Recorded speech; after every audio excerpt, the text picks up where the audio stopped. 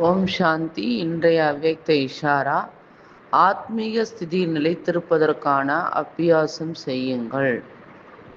உள்முக நோக்குள்ளவர் ஆகுங்கள். பாபா சொல்றாங்க, எந்த ஒரு சக்திசாலியான சங்கல்பமும் ஆன்மீக சக்தி, அதாவது எனர்ஜியை சேமிப்பு செய்கிறது. சமயமும் வெற்றி உடையதாகின்றது. வீணான சங்கல்பமானது சக்தி மற்றும் சமயத்தை வீணாக இழக்கச் செய்கின்றது. ஆகையினால் இப்பொழுது வீணான சங்கல்பங்களை உருவாக்குவதை நிறுத்துங்கள்.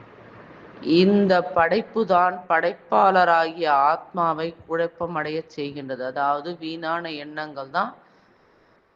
எண்ணங்களை ஒரு ஆத்மா படைக்கும் போது படைப்பாளராகிய ஆத்மாவை குழப்பமடைய செய்துன்னு பாபா சொல்றாங்க. எனவே சதா நான் ஆத்மா, மாஸ்டர், சர்வ சக்திவான் என்ற பெருமையில் இருங்கள். சக்திசாலியான ஆத்மாவாக இருந்தீர்கள் என்றால் ஒரு பொழுதும் குழப்பம் அடைய மாட்டீர்கள் மற்றும் அநேகருடைய குழப்பத்தை அழிக்கக்கூடியவர்களாக ஆகிவிடுவீர்கள். அச்சா. ஓம் சாந்தி.